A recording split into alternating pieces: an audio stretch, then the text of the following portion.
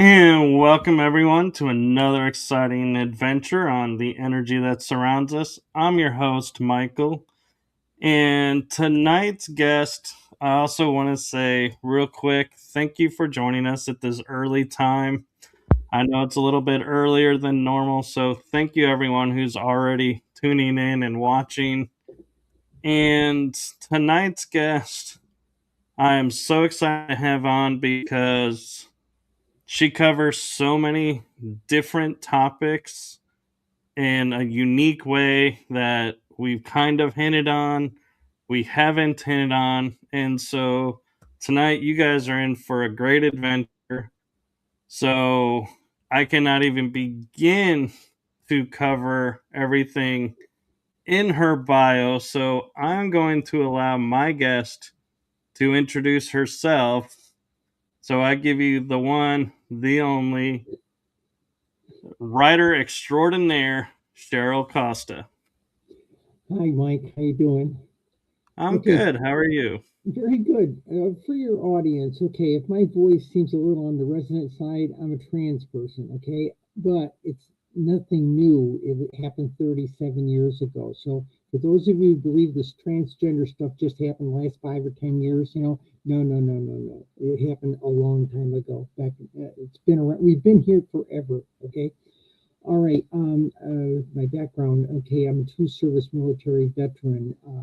I had a 30-year career in D.C. working for the government. What else do we say here? I've written 52 books on UFOs, and I've got a couple of novels out. And I used to run a newspaper column for 7 years every week, writing a 800-word term paper every Thursday for a newspaper about UFOs. So I'm very dipped in the UFO topic matter, and I can answer some of your questions. Don't ask me about obscure sightings, but I can talk in general things. And it's been very exciting since they started releasing stuff. Really cool stuff is going down. And I like how you point out, that some of this, has been around, and I cannot imagine writing so many books. I mean, I've put out 5 and I got 3 in the works, and I'm like, man, I can't hold a candle to a lot of you saying, I got 50, I got 100 books out. I'm like, how? Let me And explain that. Let me explain that. I'm a UFO statistician. Okay, now when I wrote my column, I wrote stories. Okay, but I got very good with UFO statistics because I was an analyst in the government service. I did analyst work, intelligence analyst kind of work. Okay, so I was really good with numbers. So I started trying to do what nobody else had ever done: add up the numbers. And there's 2 UFO statisticians in the country, and I'm married to the other one. Okay, so it makes for an interesting thing. We're a cottage publishing firm, so we publish all our own stuff, um, and that's the deal. Okay, we've got one big master book called the UFO Settings Desk Reference. There's 2 of them. A white one that was 2001 to 2015, and then the pink book is 2001 to 2020. Okay, I wrote that during 2020 when we were all dressed up with no place to go, lockdown. And people ask, so I'm going to say this, why is the book pink?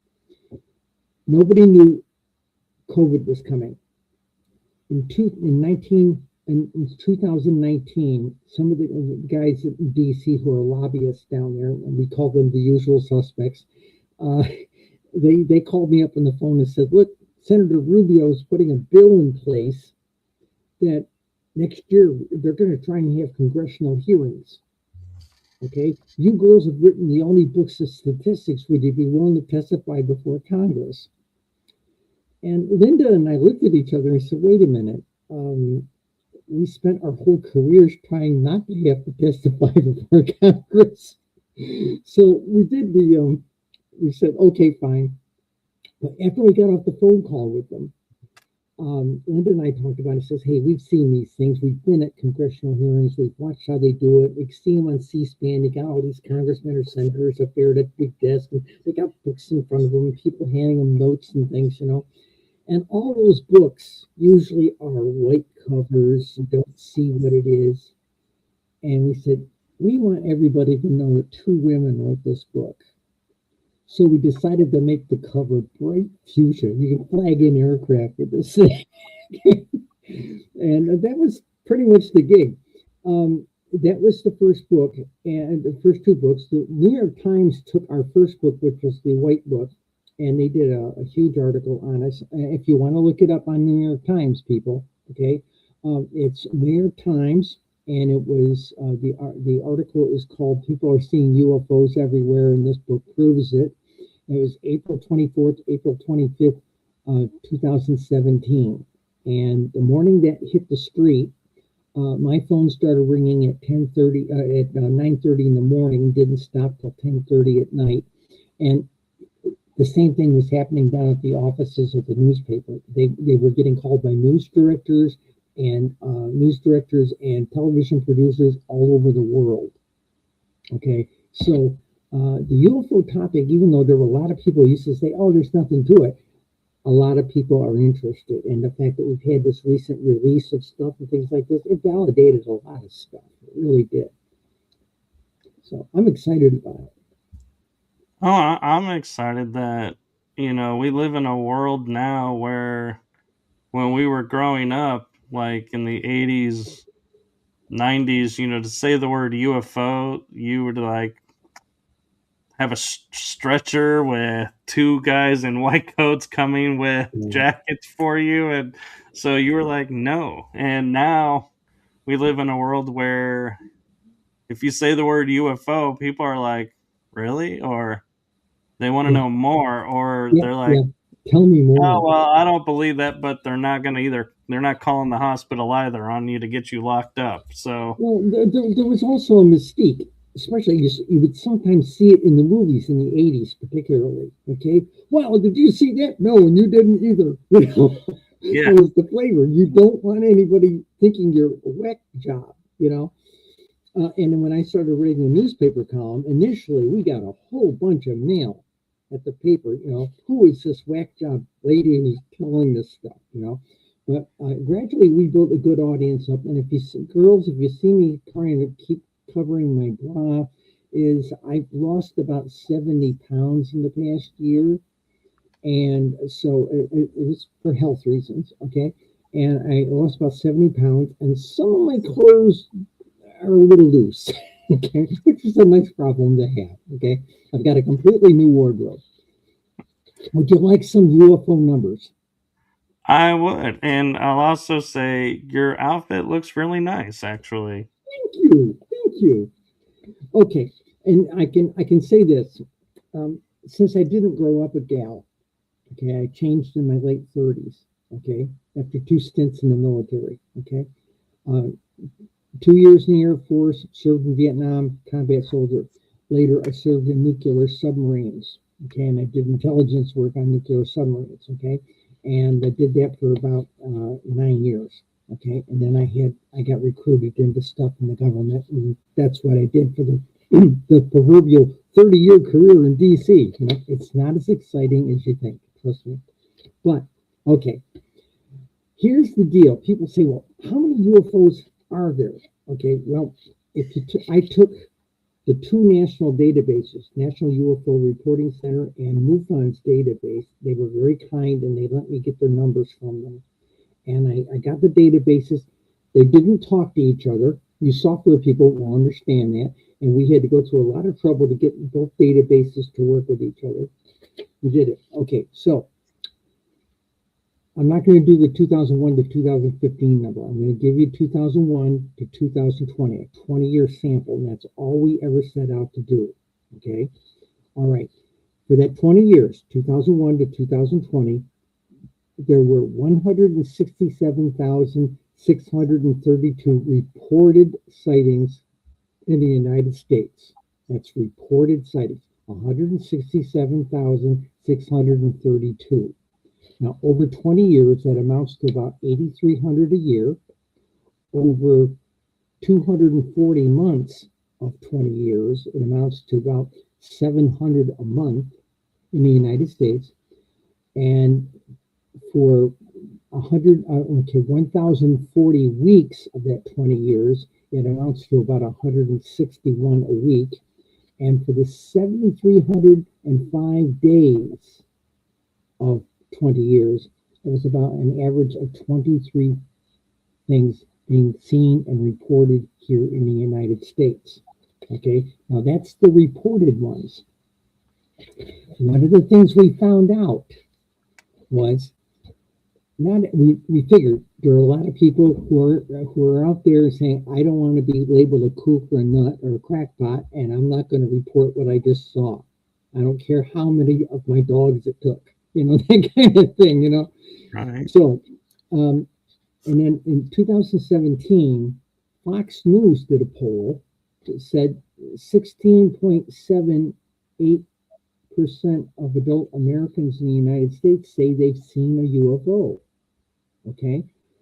And it was kind of skeptical, that kind of thing. A lot of people, but then about a year later, the Gallup people also did a poll, and they came back with the same number, that 16.78%. Okay, based on that 167,632 I just told you about, only 1 in 255 people report what they see. That's the difference. So, how many people say they saw one? 42,746,160 people say they've seen a UFO. Okay, so you take that number by 20 years, that's about 2 million a year. I'm rounding them off. It's about the 240 months of 20 years, that's about 178,000 a month. And if you look at it from a weekly standpoint, that's about 41,000 a week. And it comes down to about almost 600, about 585 a day for the past 20 years, for that 20-year period. And those numbers aren't that different now than they were back in 2001 to 2020. Okay. So those are the numbers, and numbers don't lie. No, and I think another reason why people don't report it is we unfortunately live in a time where we don't trust like MUFON or the government. So it's like, who do you call? Nobody. You just keep it to yourself. It's like And are like, Ghostbusters, or who's you going to go on call? a Right, right. podcast show and say, hey, I saw a UFO, and you out it that way. But yeah, it's like we unfortunately live in a world now where it's like we don't trust the higher ups anymore to tell what they know. Oh, if I call the government and say, hey, there's a UFO in the sky, am I going to be silenced or No, like no, no, no, gag no. ordered? It didn't work that way, but That's, they blew you off. The Air Force yeah, would say, we haven't been doing this for years, okay? And they would blow you off. yeah. Although some So, people at the Air Force will refer you to the National UFO Reporting Center. Those guys are very straightforward and very honest, and their numbers come up rather regular. They update their database every 2 weeks, so you're always getting 2 weeks worth of new numbers. Okay, very good people there. well, it's good to know that there's good people doing it, because a lot of times you always hear like, oh, my information got pushed to the side and just ignored. And it's like, well, why even bother then? If they're not really going to take it serious, why call it in? So it's good to know that there actually is parts of the agencies that are seriously doing the work and not just, like you said, writing people off and just saying, yeah, we'll look into it. And then they're like, yeah, we'll put that in the like so-called Santa Claus pile in the post office that just sits there and collects dust. Well, sometimes one of these analysts, they'll get the information, and I've talked to a few field investigators. We've talked about this issue, okay? and I'd be at one of their conventions, and we'd talk about it and say, hey, there's stories that some of you guys that are the representative for your state or something like that. You just there's a Navy term, gun decking. You blew everybody off, and they've purged they've purged their field investigator ranks of people who do that, for one. But sometimes, you look up the thing, and if the thing was really pretty much around an airport or something like this, there was a tendency to kind of blow it off and say, "Hey, they just saw the landing lights of that plane," that type of thing. So there was a lot of room for bad interpretation by both the observer, but also bad interpretation by the analyst. And as a professional analyst, I was not very happy with hearing that, but we did the best we could with the data that was available. Okay, and I think it's going to be better because now the government's owning up to this. I got a funny feeling at some point there's going to be a national reporting service within the government. Okay, if they keep being with the disclosure aspects, because I truly believe now that the agencies within the government have been told this stuff is real. Okay, now I'm going to make a funny point. For the people who have seen that documentary, it came out a couple of months ago, The Age of Disclosure. It had Rubio, it had Senator Rubio, former Senator Rubio, he's now Secretary of State. It had Senator Gillibrand, I had Schumer, and it had Congressman Burkhart from down in Tennessee. All four of those people have copies of my books. We sent them the books, and suddenly, after they got these books, suddenly we were initially blown off. This is back in around 2017 or so. We were initially blown off, but suddenly there was more. They started taking a serious interest, especially as some of these pilots started coming forward. Okay, when they actually started doing the congressional hearings, okay, with all those really cool pilots that saw all this stuff, I got a polite letter from Senator Schumer thanking me for advocating for it in my newspaper column. About every 6 months, I would say, why isn't the New York State congressional delegation demanding congressional hearings? If one person does it, he's nuts. But if all of you do it, you got coverage, And that was my argument. And the newspaper was cool about it, At one point, I took my numbers that I had, and we did it by congressional district, and we did a chart. The art department got together and printed it in the newspaper with all the congressional districts in New York State and what their UFO sightings were. Oh, God, the hate mail we got. It was great. So the boss said, do it again when you're done with the database. And when we mixed the MUFON numbers and we did it with MUFORC, when we pushed in the MUFON's new numbers, right, at that point, when we were developing the bigger book, oh boy, we did the art department got in there again and did another chart with all that stuff, and the hate mail was amazing. It was great stuff. Remember, we're journalists, we like to know we hit a nerve. Right. And I feel like a motive with, we talk about, like how validating stuff is. And it's like, I feel like investigative journalists are like, if I don't get hate mail, I haven't done my job. I'm going to move my microphone a little bit. Some of the listeners are saying it gets scratchy if I get loud. I apologize. Okay, I've moved it a couple of inches away. My computer blew up a couple of weeks ago, and this is a brand new computer, and I'm still kind of getting used to this machine, and I've been having a hard time getting the microphone volume correct. So just kind of, I'll try. Okay. Oh, you gotta love tech. Everybody says, "Oh, it's plug and play," and you plug it and it doesn't play, and it's like, Thank well, you. Well, the new laptops, they don't have a place to plug it in. Like you can't plug in a direct wire right to my router. No, now it's all Wi-Fi. And so I don't want to get into computer tech because I have some horror stories and I'll probably use very foul language and I don't want to.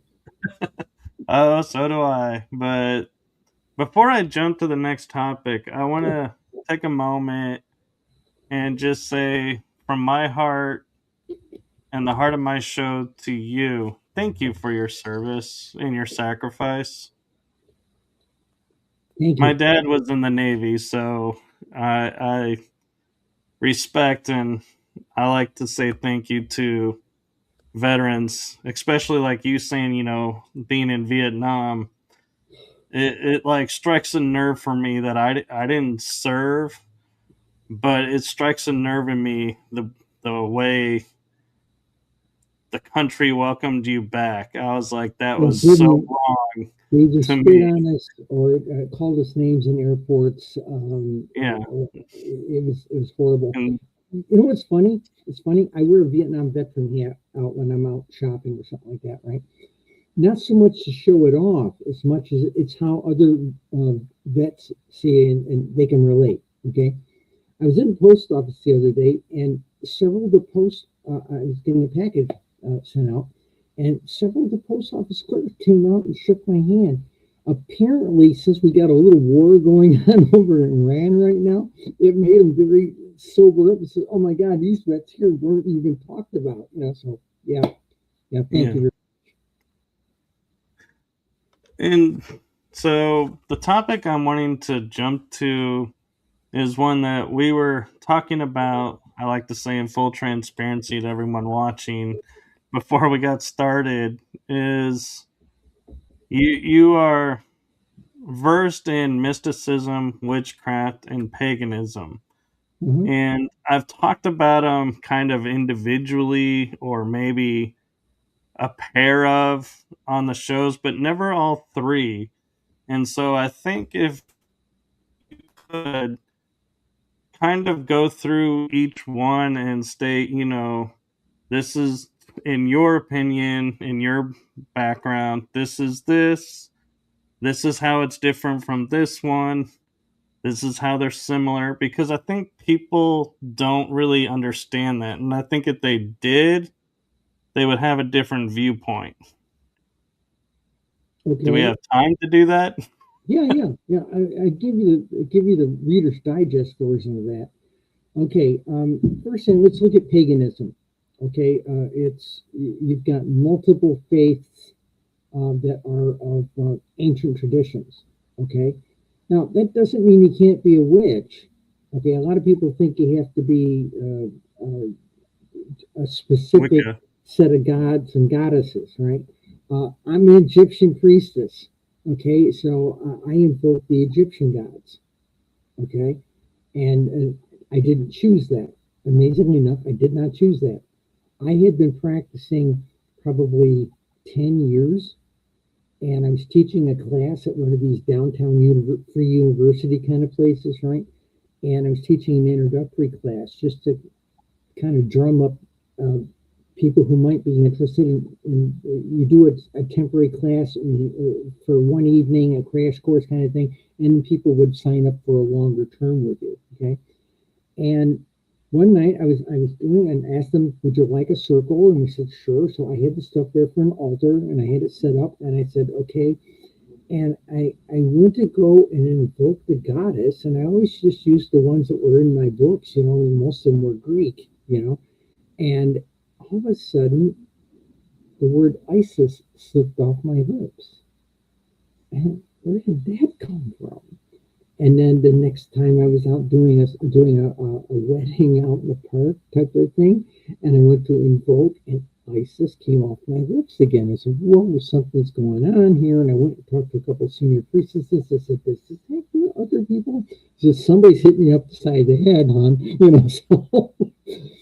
So I got deeper into Egyptian mythology, and that works for me. And so my attitude is I've been a witch since 1977. Okay, okay, I was initiated on a nuclear submarine in the forward diesel.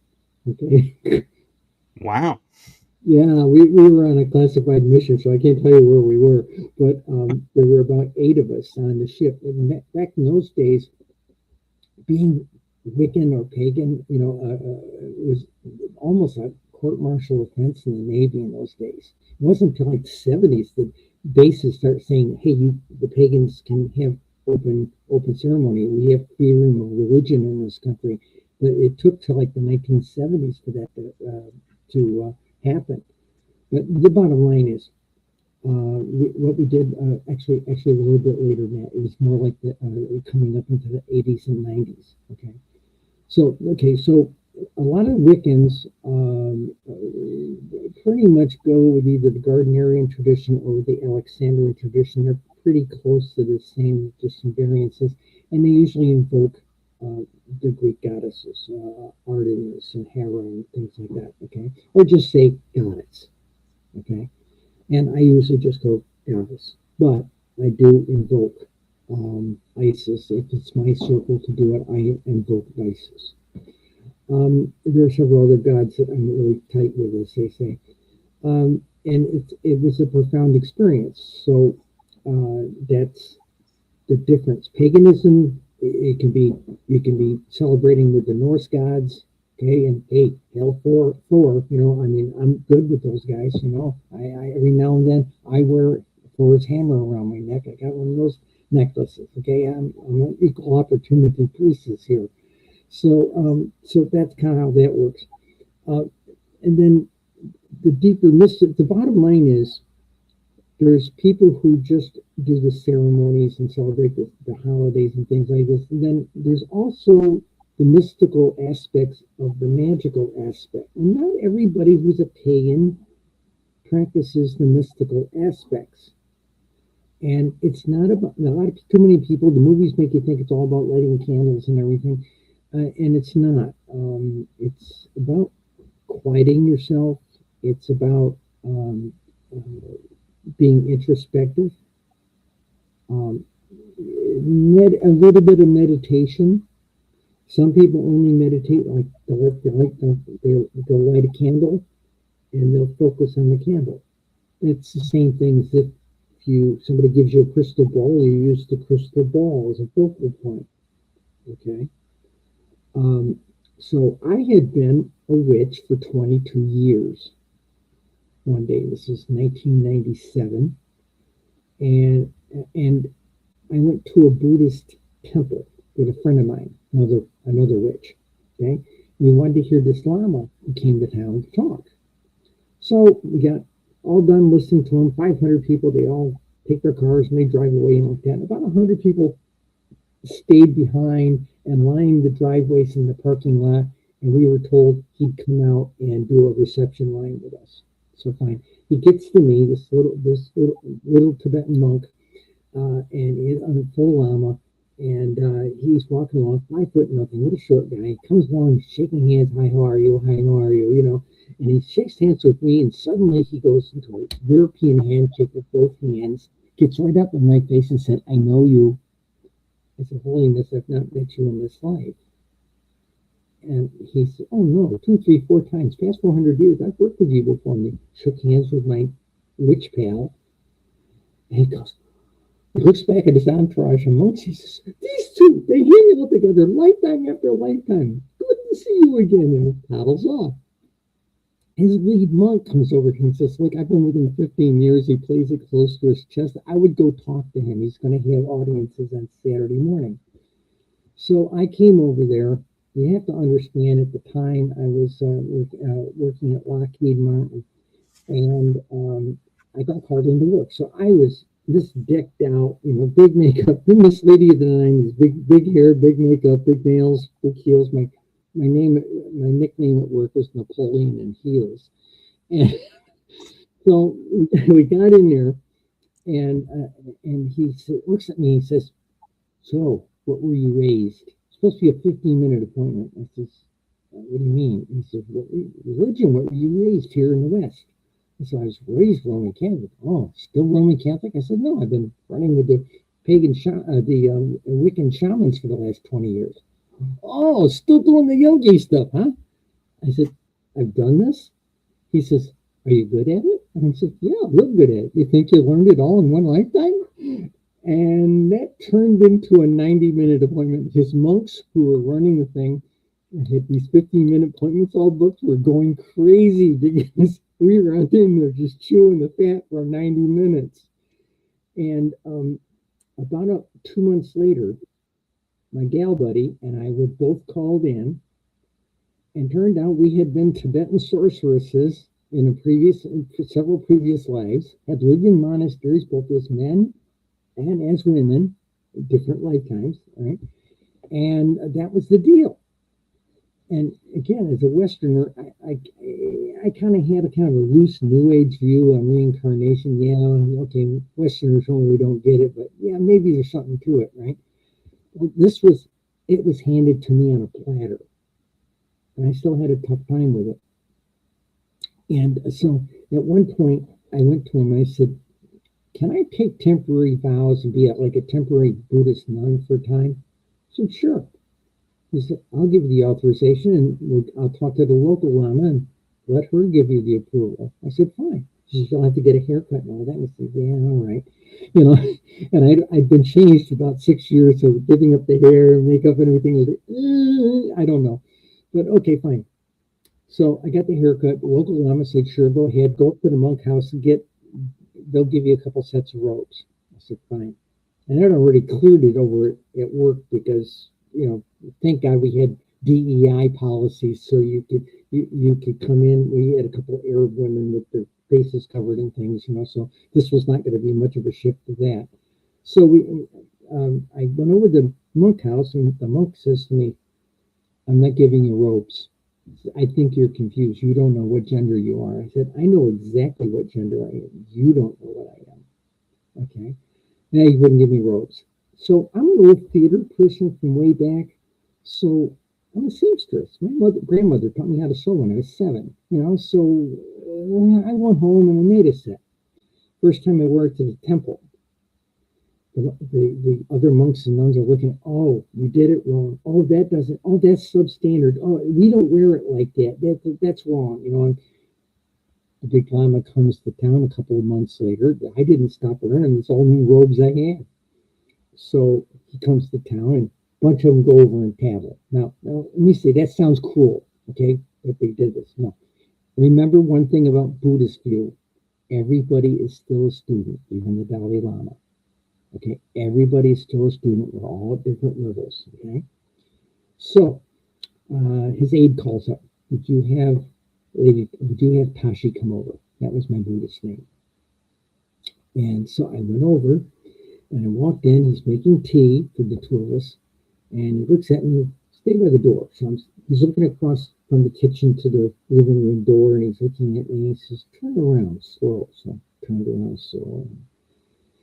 And he says, turn around again, really slow. So I did it again. And he looked at me and says, you're still having trouble with this rebirth and reincarnation stuff, aren't you? I said, yeah, I am. I'm a Western. I was trained this way. I mean, you know, I don't have any proof. He says, so you made these robes? And he said, yeah. How'd you know how to make them? I said, it just seemed like the right way to make them. Why? He says, how'd you know how to make an early 19th century set of Tibetan robes? Okay. So, in fact, he told me continue to wear them. It'll be a lesson for everybody else. So thereafter, I made robes for people. I made them the way they wanted. I also made them the way I wanted. So that was the deal. So I ended up spending 7 years in monastic life, an ordained Buddhist nun. Okay, and when I got ordained, the monks didn't want me, and the nuns wouldn't let me come live with either of them.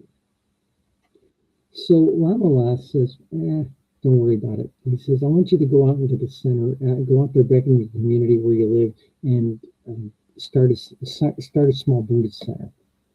I said, I don't know how to do that. He says, yes, you do. Think really deep. You know how to do this. You've done it for you. You've done it for centuries. I'm going, and the thing is, it all worked. I know how to do it. So now, that was back in 97, 98 time frame. Okay? Okay, my Tibetan name, as what he told me I was, my last Tibetan name was Sanag Tempi, which means keeper of tantric secrets, basically sorceress.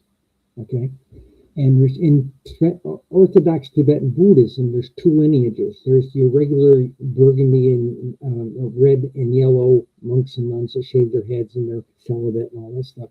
But in Old Tibet, when Tedmonson Baba, as a tantric teacher in India, came to Tibet 1,200 years ago, he went and taught the shamans in Tibet at the time.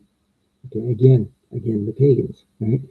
And so in Tibetan Orthodox Buddhism, there's four great traditions in Tibet. The Dalai Lama's in the Reformed tradition, okay? We in the Orthodox tradition think he's a bit of a radical. No, he's a great guy. But the bottom line is four great traditions, and there's varying degrees of such. But the Orthodox tradition is what I was ordained in. And they have this lineage called Nakpon. Nakmas for women, Nakpas for men. Okay, and they wear burgundy and white. They're allowed to grow their hair. Okay, and that's what he ordained me and my friend. We're Nakpons, and we are technically, we practice Buddhism. We also practice Tibetan shamanism for all intents and purposes, and we're sorceresses. Okay, good ones. So that's the deal. So for a long time, I didn't sign my name that way. Okay, my name is Cheryl Costa, but if I'm doing anything to do with the lineage, I started signing it Sanag Tempe. Okay, and they taught me how to do it in Tibetan, which is weird. But the bottom line is, it's good. Now the deal is, the time I spent in the monastery deepened my skills, because I got quieter and quieter and quieter inside. And that helps you. That means you can focus your concentration and do better magic. Okay. And again, that made me an outcast for the monks and nuns at that temple. So finally, a bunch of Burmese monks took a liking to me, invited me to come live with them. So fine. So they owned a row of townhouses. That was the monastery. Okay, and in our townhouse there were three of us. There was a Burmese nun. There was the Burmese monk. Actually, he was the venerable. He was the head one, and there was me. And so it was a nice gig, because I did my job at Lockheed, and on weekends we would either go chanting through the park. Sometimes we'd get asked to come over and bless somebody's house. Somebody just bought a house, and come over and bless a couple of babies or something. Every now and then we get asked to go and chase the ghosts out of a house. And I'm really good at that. And so that's what it was like being a Buddhist monastic. So I'm still I'm no longer, my vows are relaxed. I'm no longer functioning as a nun, so I grow my hair back. I dress very, very Western and very conventional for a professional now, but I'm technically functioning as a Nakma. Okay, so I'm a Tibetan sorceress, and when I represent Buddhism, I wear the burgundy and white robes. Okay, and that's the difference. But the thing is, my magic has grown because the time in the monastery, I got to quiet myself tremendously, and actually got to start being clear enough in my mind that I started touching past lives. And I've tested clearly about 5. And then there's probably upwards of about 20 altogether. I don't have names, okay, but I have knowledge from those eras. Previous life, I was an electrician on U-550, died on 14 April 1944 off the coast of New York. Our submarine got ran by a destroyer. I died in Yokosuka, Japan. I lived in the Geisha district. I lived at Geisha. Okay, and I died of typhoid. Okay, and the last life I can remember in Tibet was the Sanag Tempe life. Okay, and then there was otherwise beyond that. It's been a realization as a Westerner to realize that we are eternal beings, and these chicken suits are, that we live in, these suits of flesh that we live in, are for all you live action role players and cosplayers. This is just a cosplay outfit, the flesh. Okay, that's not you. Who you are is deeper inside, looking out. Okay, you are immortal. Exactly. You are immortal.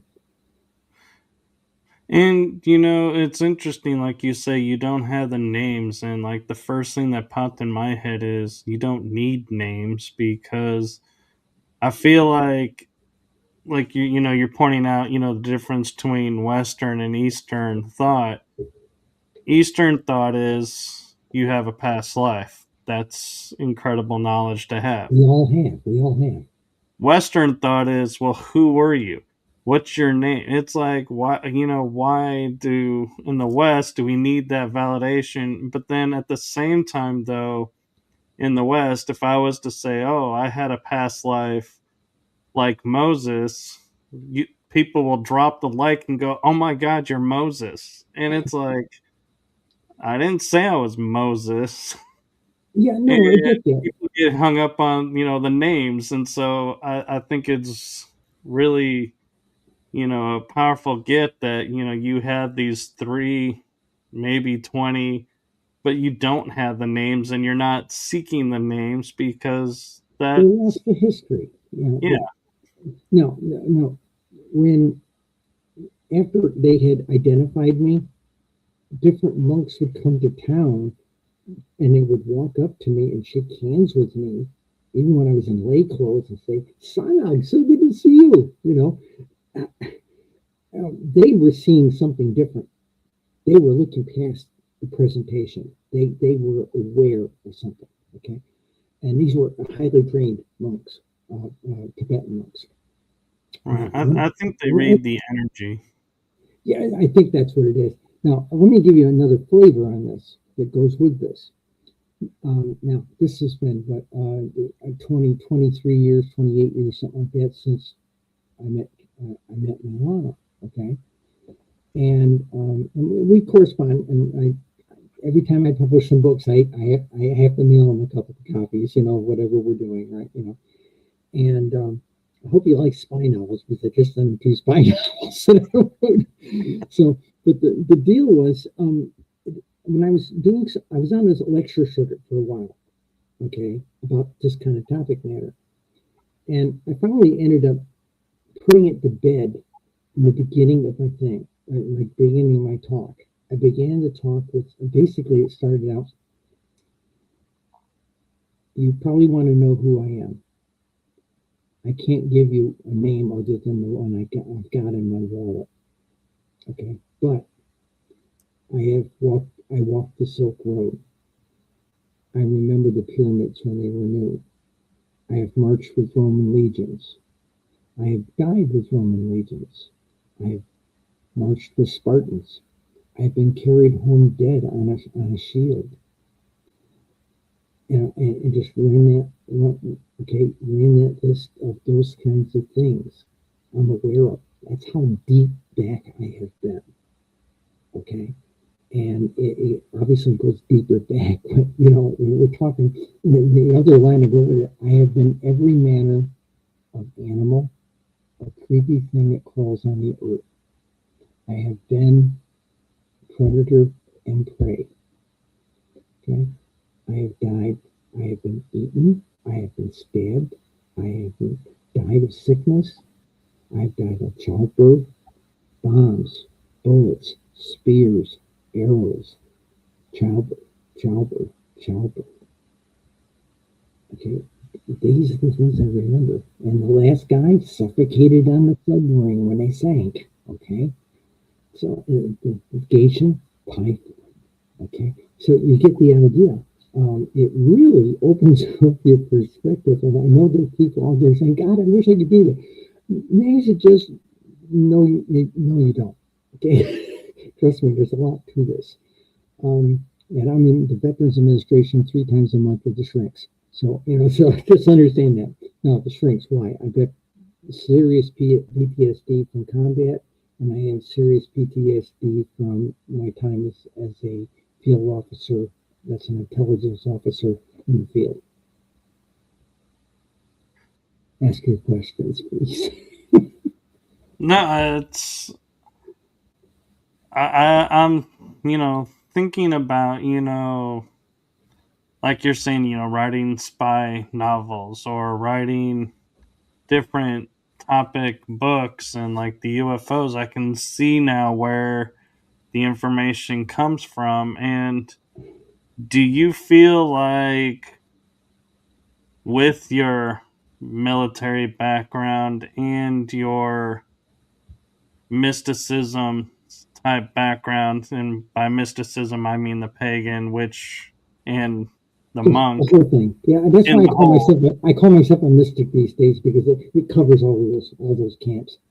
right? But do you feel like those make this information more relatable to you and you experience more of it because you're so open, or do Yeah. you feel like you just feel it gives you more credibility to people because people are like, oh, I have military background, they're gonna automatically believe me about this No, over no, no, no. civilians? I'm 74 years old. I think if I bring any gravitas to it, is that I've lived an extremely unique life. Okay, and that's the trick. I've lived this extremely rich life. A lot of strange stuff happened to me, and and as I look back at it now, um, yeah, I'm going to say it this way: God, this always happens. It's weird like that. It's weird like that. Um, I think the also part of it too is, as I've learned to quiet myself. This isn't something you do in a month in a meditation class someplace. This was 7 years of hard work. Okay, doing this. Particularly when I was working with the Burmese monks, they really had a good handle on it. Okay, we had an interesting life, and we did not. We had a TV, but we didn't use it most of the time. Okay, because we didn't have cable. And I was a different tradition than them, a more conservative tradition. So they loved sitting down at dinner, and we're sitting there eating rice and vegetables, and they are, um, uh, we have what they call monastic debate and argue points of Buddhism and theory and that type of thing. And they loved arguing with me because I was always the conservative position. So it was a lot of fun. And every now and then I do get to go visit, go do a retreat someplace, and I do the retreat. I get to have that same kind of monastic debate kind of thing. It's fun from that standpoint, but it's highly intellectual too. So. And as a Westerner, it's so awkward. But the point I'm making, because you clear yourself and you're open to it, all the knowledge of the universe is out there. Okay, and you can connect with it. You can connect and have parts of it. Now, can you look it up like a book? No. Can you Google it? No, you can't. But if you start thinking about something you're interested in, suddenly you start, I wouldn't say suddenly, but maybe over a period of time, you start understanding stuff. Okay, give me an example. When I was writing murder mysteries early in my writing career, um, I had a couple of medical examiners say, "Wow, for a writer, you really know a lot about forensics and the how an ME looks at things." Okay, I don't know where it came from. Okay, and eventually I had a real ME, Harvard trained ME. I would send her I would send her the draft, and she would check my work, and she'd actually type up a death certificate for the deceased. And so I had a real death certificate for that character. And so the knowledge comes to you a certain way, and it's a strange experience. It doesn't happen overnight. It took me years, but it is possible if you apply yourself. Uh, that's the whole paganism. Do I still go out on pagan holidays? Yeah, I do. Okay. Sometimes I go out by myself and have a ritual. Sometimes I'll go to somebody. I'll go to Pagan Pride Day and do something like that. Sometimes I used to teach. I taught my last class in 2023. Graduated the largest class I ever had in 2024. Okay, and we went to Pagan Pride Day. We signed up for Pagan Pride Day, and the class went down. And about a third of the class, we had them dress in Egyptian god and goddess costumes. They all got together and made them. They had pictures and they made them. Okay, and what they did was we had the people who didn't dress walk around with them on their arm. Okay, and the gods and goddesses would walk around and they're role playing with people. Well, actually, they're actually channeling, but it seemed like role playing with people. And the gods and goddesses were shaking hands with people. It was one of the best things they ever had at Pagan Pride Day, you know. And so that's what I directed. And we did the opening rituals with Egyptian rites, very accurate Egyptian rites. So we were able to look up. So again, you have to look at it. It's not about getting something for yourself, like the Westerners think of. Oh, I'll do a spell to bring something into my life. No, no, no, no, no, no, no. No, this is about a self experience. It's about an experience for yourself, okay, and for others. So as a teacher, whenever I go to Pagan Pride Day, I always, if I know I'm going to go, I always sign up to do a couple, 3 or 4 lectures. Always.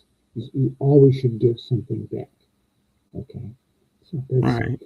the deal. But the thing is, the pagan, all the mysticisms are pretty close, have a lot of the same rules. Right. And one thing also I feel like asking because of your veteran status is, your perspective of the vernacular of saying like UFO is now a UAP. Why do you think the government was like, we have to change the vernacular? They were trying to get away from the UFO term because it had, as you said, as we started the program, it had that screwy connotation. Okay. Um, Linda and myself, when we were publishing our later books, we just said, we're not going to use UAP. We're going to use UFO. Okay. But to their defense, to the government's defense, and Lou Sando and I had a nice conversation over coffee about this. Okay. The phenomena is bigger than just some kind of craft. It's much bigger than that. There's a lot to the UAP topic matter that isn't just about technical hardware or technical phenomena. Okay, that's the thing people don't get. Some of this stuff is, I'm going to say it this way, some of this stuff is a mystical manifestation. Okay. Um, the people that are out there saying they're demons from space. I've been reaching out there for a long time. And I've talked to other monks who've been reaching out there for a long time. And we're not finding anything malevolent. Okay? And that's the honest truth. No, I agree. And I feel like, uh, and I'm going to put this in generic terms. I'm not, going to label a specific organization or anything, but I feel like the government likes to, when a topic reaches a certain point, put some fear into people about it and kind of try to break it up. And so, like UFOs, no, it was harmless. And then all of a suddenly it's like we have, oh, UFOs are coming to invade and they're coming to attack us and they're going to, take over the world. And it's like, really, why is Hollywood now doing this? And I feel like it's so the UFO community dissolves and people are like, nope, we can't talk about UFOs. They could have done it. back in Babylonian times, it would have been a lot easier. Okay. They could have done it in 1561, April 1561, when the people of Nuremberg, Germany came out of their houses and buildings and saw a Star Wars battle going on over the city. Okay. I mean, this stuff's been going, somebody was protecting us. Somebody was playing, some race up there was playing nanny and was protecting our fledgling race. Okay. And I've read all these kinds of stories, and somebody's been protecting us for a long time.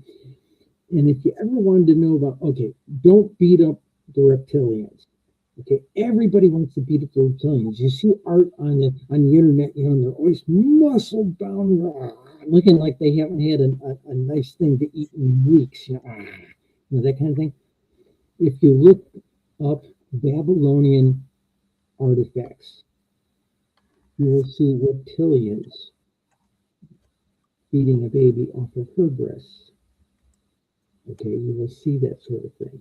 Okay, they have been with us since the garden. All right, and the people who are trying to beat up the reptilian races that are visited here. There's other races that have been here, but the reptilian races, they're trying to equate it back to the snake in the garden. Okay. Right. And from my book, I say it was one of the reptilians, and he's basically saying to Eve, you know, you're better than this. You shouldn't be in charge. Okay. That's the way I view this. It's from everything I have read, from everything I've talked about with other people that know about this topic matter. Okay. When they keep the congressman, Burkhart, a couple other people say, oh, people are really going to be scared when they're not like what we really know about them. You know?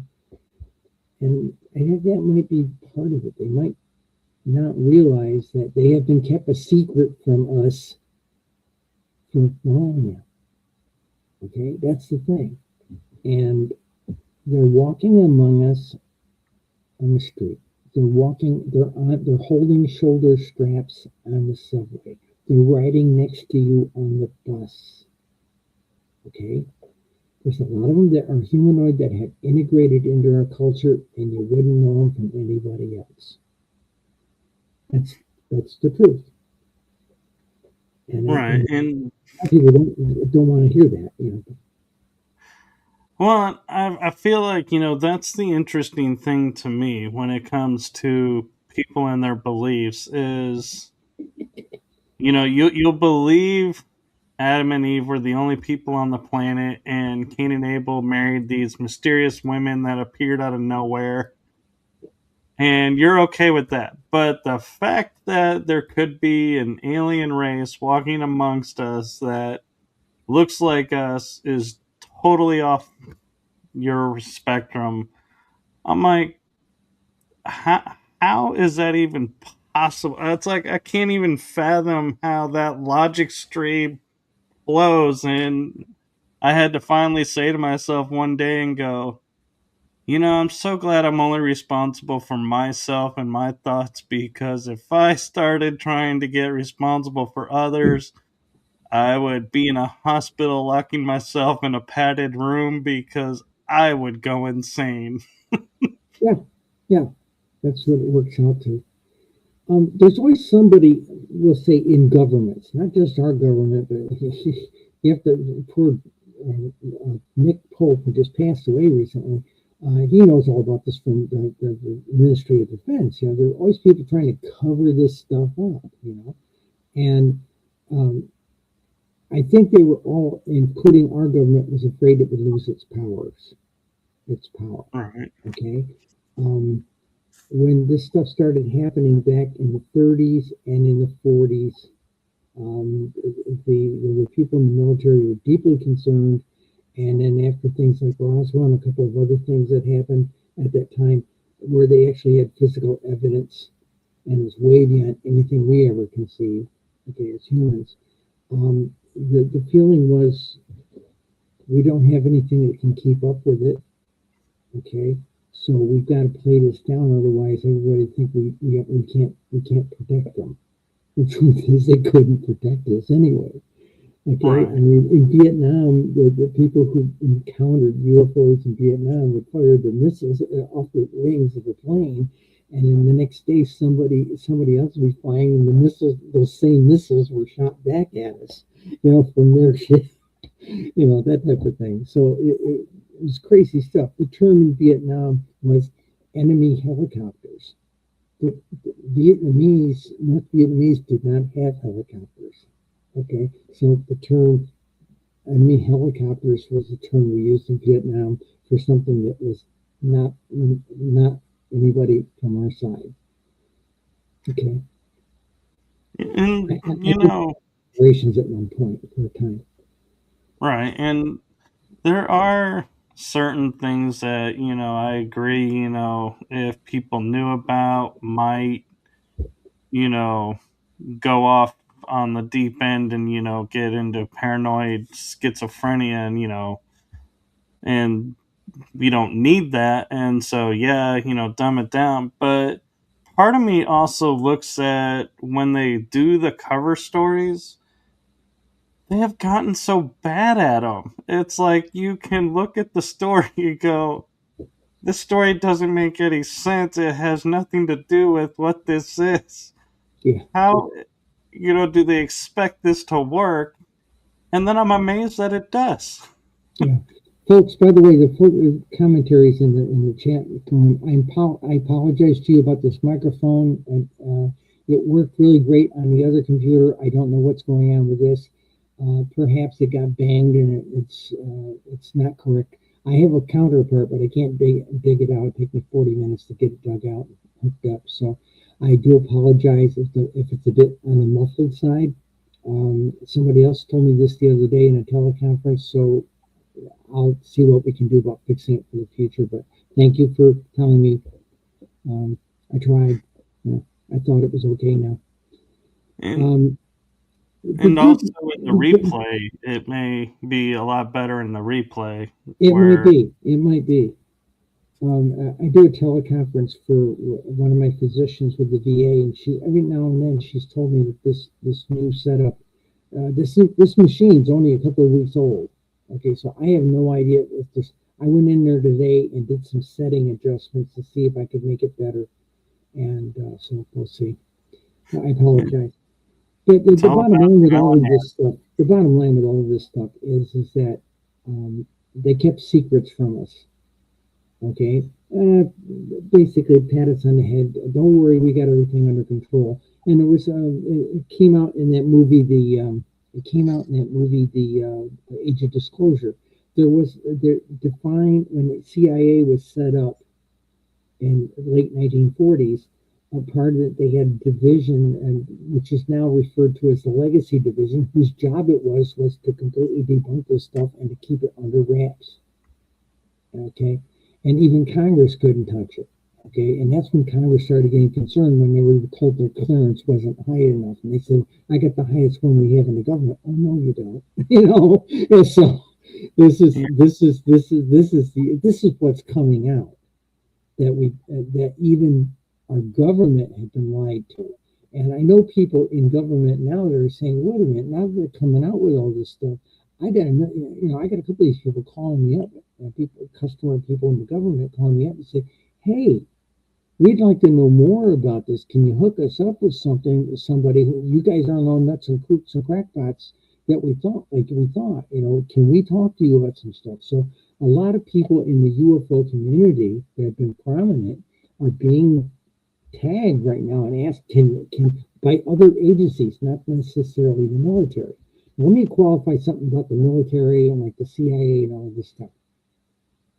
Writing the spy book, I had a lot of questions about this. Okay, the the CIA does intelligence work for the seat of government, the president, Congress. Okay, and I suppose the Supreme Court, if they ask a question, the CIA, that's what their job is.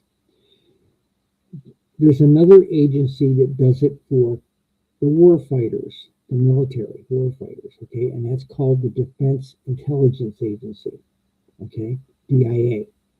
And the DIA sometimes networks with the CIA, okay. And so that's kind of where my experience is coming from. I can't go further into it than that. No, I understand that. And I also, I find it interesting that the way that they bring it out and they bring out the information, it always seems like it's the magician's illusion act. We're Yeah, going to talk about UFOs, so you're looking over here, while we're going to sneak around and do something over here so you don't see that. And we're going to give you just enough that you're enticed, and we don't have to really expose a lot and say a lot. And then later we're like, well, now that this over here is getting exposed, we're going to go back over to here. And it's like, well, you know, so do you feel that that's an accurate assessment that a lot of when the government comes forward and says we're going to disclose this, it's not necessarily really for the benefit of the people, it's a distraction to keep you from looking at something else they're doing? I think I'm going to try something with the microphone closer to me. I hope that works better. You guys in the chat room need to tell me, okay? I'm going to talk directly into the microphone. And he's questioning whether or not if I'm being messed with. Maybe, maybe. Yeah. Okay, I wouldn't put it past people. Um, I got banned from a lot of shows, and I think there was some outside pressure to ban me from some shows. Okay, so because I was being very square with people, and so that might be part of it too. But the bottom line is that's part of the intelligence game. Sometimes it's about distraction. Sometimes it's about distraction. Sometimes it's about misinformation. Okay, and misinformation is a big part of the intelligence business. Okay, so I clearly understand that. So like I said, we don't know the whole scope of it. Hopefully, we'll get a lot more. They're releasing some pretty good material. I was impressed with that Apollo 17 footage where we saw a triangle going across the sky. I saw one of them back in 2012. Okay, a triangle with three lights on it, and it kind of looked like a Star Wars fighter on the back of it. I saw one of those things, and 8 months later, I'm doing a newspaper column. Okay, so honest to God, that was becoming a newspaper columnist about UFOs was not on my schedule. But after I saw that triangle, I was going, "Whoa, this is real," So and I've had a lot of people trying to debunk it. Oh, it must have been a triangular shaped blimp, is what they told me. Okay, and I've heard every debunk going. So, can I say? What's your opinion too of NASA? Because a lot of people view NASA as not really doing anything with all the billions of dollars that they have. Because let's be honest, when was the last time NASA sent something into space? Like people, and we went exploring somewhere. It's like that all seems to have stopped, and we're focused more here and No, I think they're other doing. I agencies. think they're doing a lot of stuff, but the press isn't covering it like they used to. Okay, we hardly ever hear about launches of things, and then we find out, oh, I think they've got this new probe just reached Jupiter or something like that. I never heard about that being launched. That kind of thing. Okay, so I think we're being just not told, or the press just said people think people don't want to know about it, so they're not reporting it. Right. Well, because yeah, and the other part I was going with it is like you have SpaceX, and they're like, we're going to Mars, and everyone's like, oh, we're finally going into space, and we're going to explore, and we have material we can bring back and reuse. And I'm like, NASA's been doing this a lot longer. How did they not figure out how to use reusable equipment? They could have. They could have.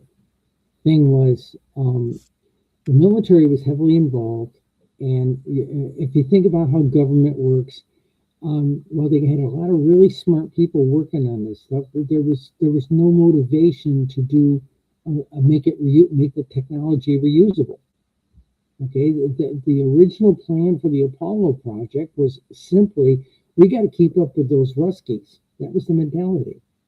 Okay, we've got to. They put a guy up in space. They put Gagarin up in space. Okay, we've got to do that. We got to get somebody up there. Oh, they might make it to the moon. We got to get there first. The idea was, they get to the moon. If they militarize it, they'll be dropping rocks on us like kids throwing stones off a highway overpass. So that was part of it. That was the big deal. They were frightened the Soviets were going to get there first, and they took the cheapest route. In fact, what really broke my heart was when Nixon's Republican administration came in, and they canceled a whole bunch of Apollo flights to the moon. Okay, and we had the technology then. They're talking about putting a base up there now. We had the technology in the 60s to do it, but they blew it off. Okay, and we got to save it, for something for home. Okay, and we beat the Russians, and that was the objective. That was the problem. And this is the point you have to kind of keep in mind. We didn't trust them; they didn't trust us.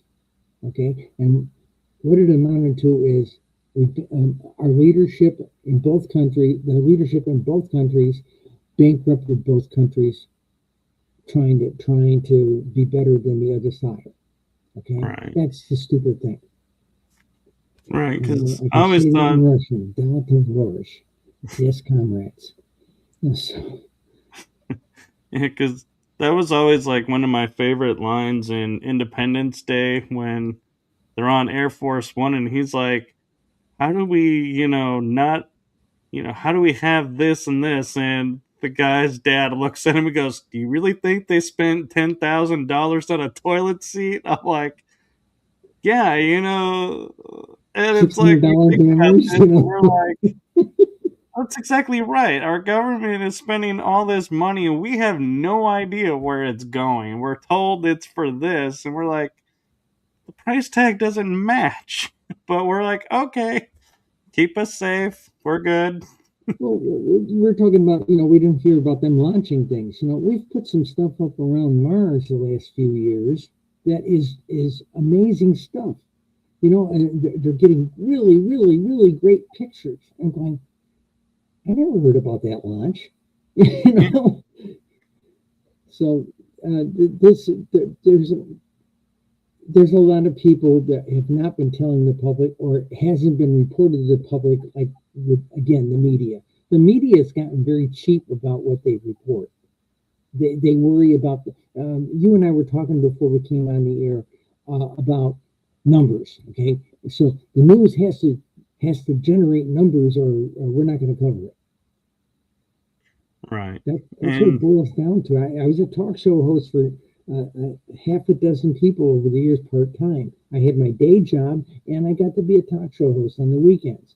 And there was one point in my career I was making industrial movies, and it was so funny what people don't know. So right. And I kind of got disillusioned with the media in the late 80s and then the 90s. And the late 80s was we had an anchor woman come in and was talking to us about the news and what it's like. And she was in Kuwait when the oil fires were going. And so she was telling us her experience. And she said, now, the saddest thing about news now is all those stories of like humanity at its best, you'll never hear anymore because they don't bring in the ratings. yep, all the news has to bring in ratings. And I thought, okay, yeah, that makes sense, but If it, it ratings leads. determines. That was the old motto. If it bleeds, it leads. Right.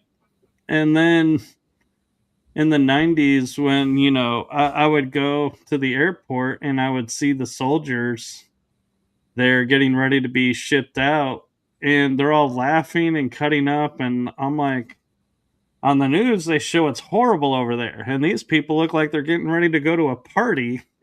I'm like, what is going on? And so I sat down next to one and I'm like, I need to ask you, can I ask you a question? He's like, absolutely. I go, how do you do it? And he goes, do what? I go, how do you every day know there's going to be a bomb on the road or something? And this is going to happen because that's what they show us on the news. And he goes, I'll be honest with you. I've been watching the news since I've been here. And I don't understand it either because we'll have one IED a month if we're lucky.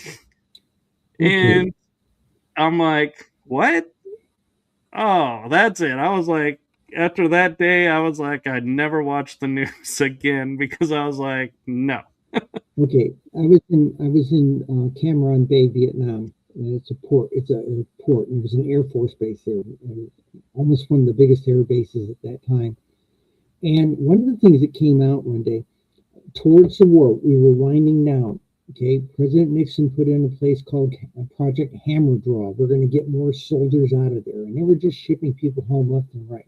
Okay, we had a couple of rockets come in and hit a couple of our buildings.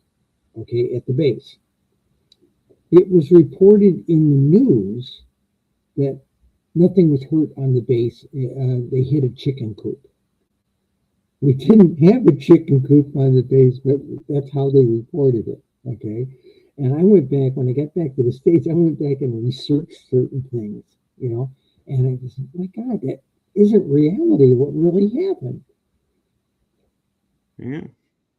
So And the news is twisted, and sometimes you make, I don't know if it's being done by the news agency itself or the government or both.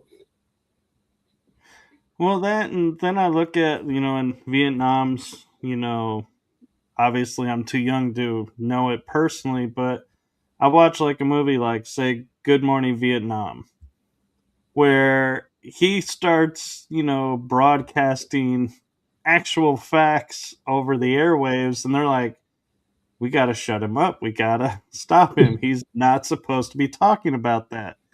Yeah. And I can't help wondering, one, if that really, if that would really ever happen, would somebody really break rank and spill something they're not supposed to? But secondly, I would think in my mind, morale would be better if you knew the truth and you knew what's going, because you'd be better prepared for it versus being told, oh, it's a sunny day out. And you're like looking out the window and going, this is far from sunny. I was lied to. And, The, the it's guy like, in the guy in Vietnam, Robin Williams played Adrian Cronauer. Okay, I met the guy. He was an attorney in Washington D.C. and he was in a media attorney. So I got to talk to him at one point. I considered hiring him as an attorney for me when I was becoming a talk show host. Okay, but I asked him something about that just in passing, and he says it's never the straight story. And he says, and you're the person there, and someone's telling you what you're supposed to say. So that's all I can say. yeah. And so, yeah. And so it's just, it's interesting to me when we look at the world and we go, oh, this is all new. The fact of this going on is all new, and we're, seeing it, unfold and everything, and realize this has been going on a lot longer than we realize. And some people go, oh, it's been actually going on since the 30s or the 1800s, 1700s. It's like, how, masterful these people have become in covering things up. But then it's like, I look at it and I'm like, if this has been going on since, let's say, 1600s, people covering stuff up and shaping what you hear, how now is it unraveling? Because I would think they've perfected it and they have workarounds for everything to keep it going, because they've been doing it for centuries. Why now doesn't it work? Yeah, yeah, yeah. Nobody wants to give you the straight story, okay? And that's all I can say. They don't want you to know the straight story. It depends upon what it is. Oh, you'll hear their story clear, loud and clear, but you won't hear the straight story. And it's depressing. It's depressing. I had back in the 80s, I had a situation where they wanted to take my security clearance away from me, and I had a very high one at that time. And they said, well, we know you're going through this gender change. I said, yeah, so what? And they said, I'm good. I'm good. And they said, well, we think you can be blackmailed. This was the old trope they used to do with the gay people. So we think you can be blackmailed. Heck, they passed a law back during President Wilson's era about that. Okay, and so the bottom line was, the guy told me we're going to turn your clearance off. I said, wait a minute, what if I could fix that? And at that time I was still presenting as my boy stuff, but I was getting really soft around the edges, if you know what I'm saying. So I said to him, I said, what if I could fix it? He said, I doubt you could. I said, can you give me 3 weeks? And he says, yeah, I'll be back in 3 weeks. I'll turn your clearance off then. I said, fine. I came back 3 weeks later. I threw a VHS tape on the desk. I said, I'm the blonde on Phil Donahue. I'm the redhead on Gary Collins. And his jaw went down like that. You came out on national television? I said, yeah. And he said, I'm booked with 4 other shows, And I made copies here at work. I made copies at home, and I passed them out to all the guys who were working. They took them home and watched them with their wives. So 3 days later, I get a letter on Department of Defense stationery. While you have demonstrated that you can't be blackmailed, we are questioning your good judgment. We want you to talk to a Department of Defense certified psychiatrist. Refuse and we'll turn the clearance off right now. I said, oh, happy to talk to him. I'd had a full set of psychologicals done at Hopkins. Okay? I knew what I was. They were up there. They got done with the test and said, hey, kid, you got a girl's brain. No kidding. So the deal is, I said, sure. I said, just send me to someone who knows what transgenderism is, sex and gender, because not every psychiatrist really has a handle on it. And I said, fine. So they sent me up to some people. And the guy talked to me for 25, 30 minutes. He said, I'm going to have to run a full set of psychologicals to back me up. But he sits back, and people would smoke in the office in those days, right? So he lights up the cigarette, and he's sitting there and he's looking at me and says, Cheryl, you're saner than the people who sent you here. Okay? And it came back. They actually adjudicated my clearance. I got it actually raised after this. Okay? So, but that forced me to go, that actually made me, turn me into an activist, because suddenly I was completely out. I'd been on national television. I was on national talk shows. I was on radio talk shows. And I became a trans activist. And because they made me come out of the closet, I didn't have to protect anything. So, hey, let it all hang out, baby. So that's how this went down. In fact, back in the early 80s, the term transgender wasn't on the books. It was people were transsexuals, or they were drag queens, or they were cross-dressers. Those are diagnostic terms. okay? And there was a group of us that formed a group called the International Foundation for Gender Education. It sounds like a big brick building someplace. So it's 12 people around a big table. And so we decided to go out there and use a non-diagnostic term when we were being interviewed. So instead of having these talk show hosts dropping new medical terms, we gave them one they never heard of, transgender. It was that informal term doctors used in the office. Okay? So, fine. So there were 6 of us that started doing talk shows. We talked to the editors of newspapers for like the Sunday magazines and things like this. And the effort was, if we do lots of interviews over a period of about 6 to 8 years, those interviews being published will show usage of the term and it will get in the dictionary. So I'm one of the 6 to 12 people who got the word transgender in the dictionary. Okay? And now if I go ahead and type the word transsexual in a piece of my writing prose, the AI software that checks my grammar and things tells me that's an antiquated term and I should use transgender. Okay? It's strange. But that's the deal. That's the deal. This is how this works. That's why I'm not afraid to come out here and talk about this stuff, because I'm very open. I have to be to protect myself. So that's it. No, I understand. And so we have about like 3 minutes left. Okay. And is there anything you have coming up that you want to promote, or any projects that you want people to be aware of, or share where to get your books? If you'd like a psychological thriller, this is the one to get. It's called the Impossible Gal. It won't have that line across. This is a proof copy, okay?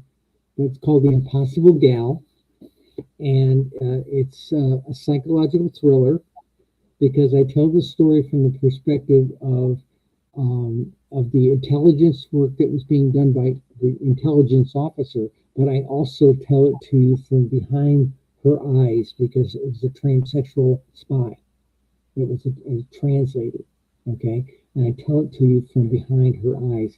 And the shrink right now it's the reading club, a book club book for the Veterans Administration shrinks, because I did such a great job of writing a psychological thriller. But the deal is the spy side of it is the declassified story, and the other part of it of what's going on in her head and how she sees things and how she interprets things.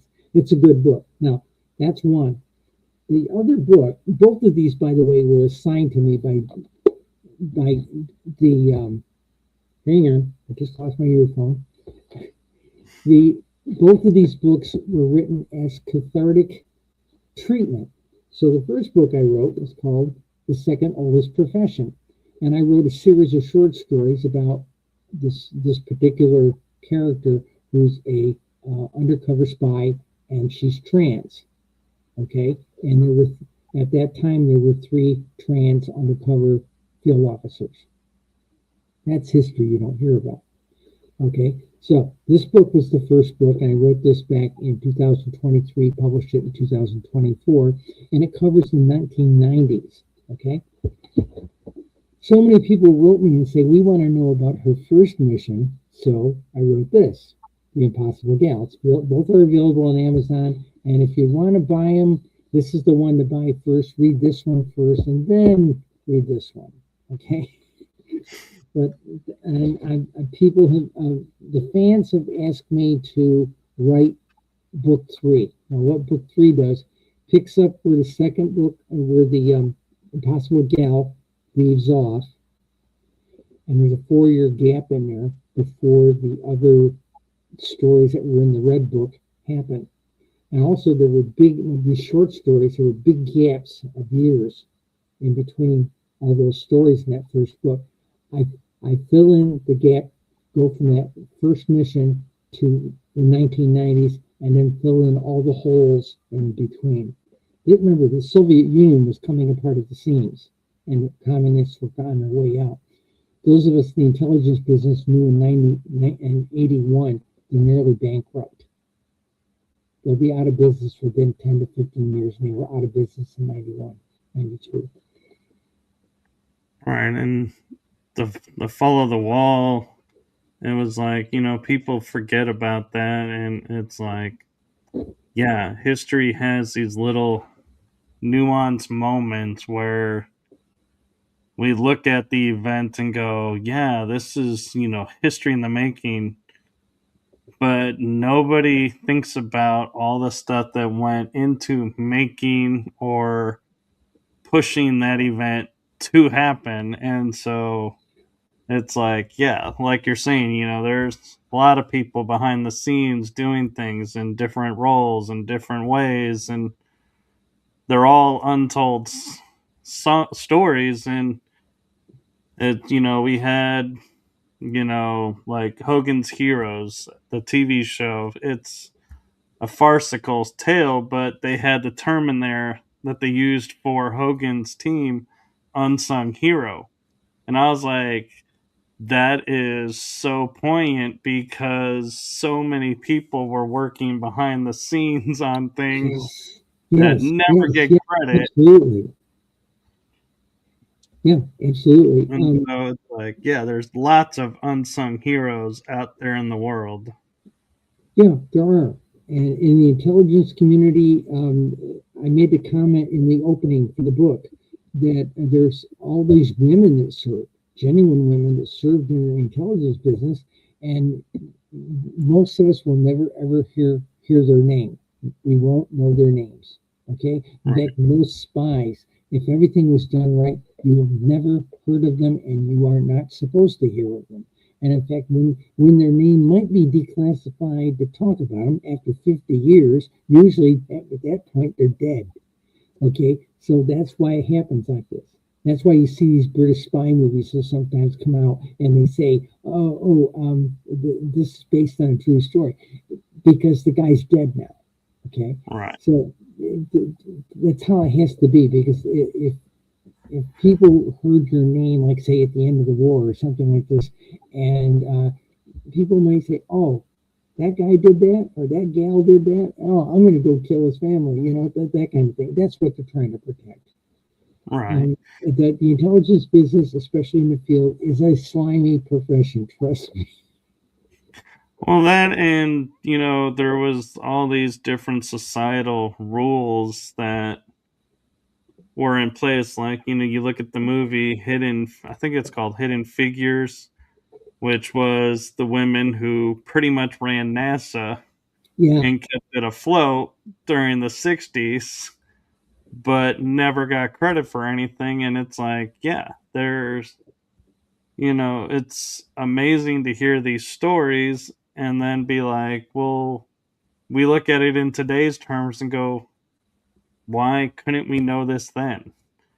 Like, Well, okay. that women were working in NASA. Sexism. It's sexism. Yeah.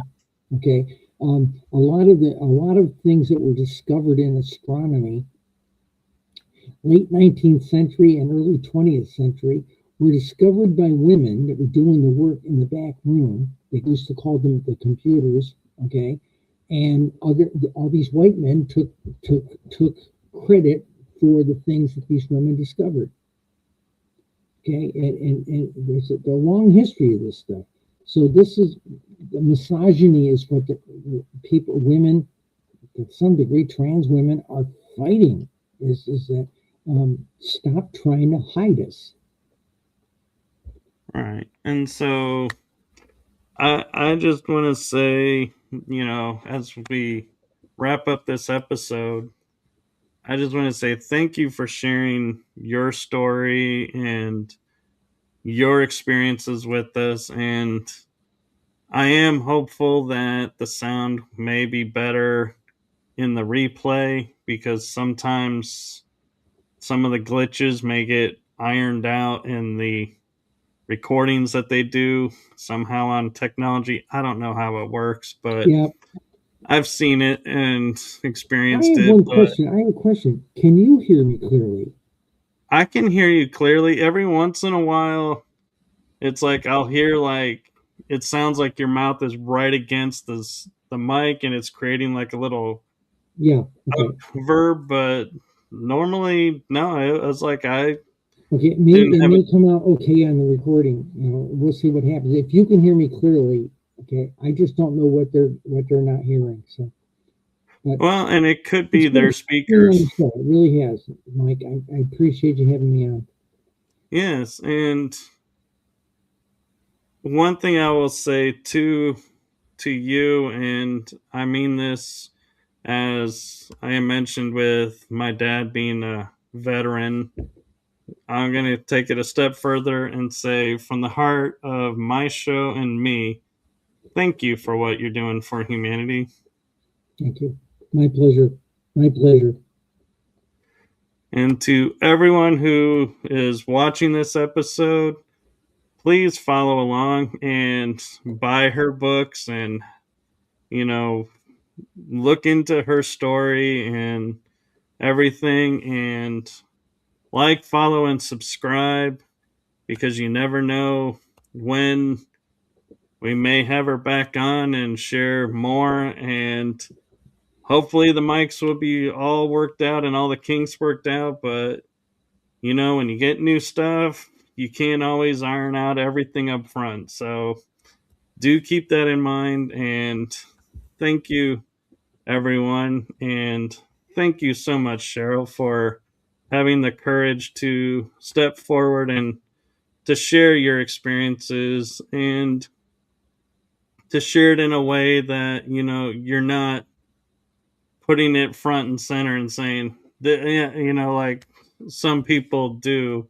It's more of a, hey, this is my life, this is my story. So thank you for that.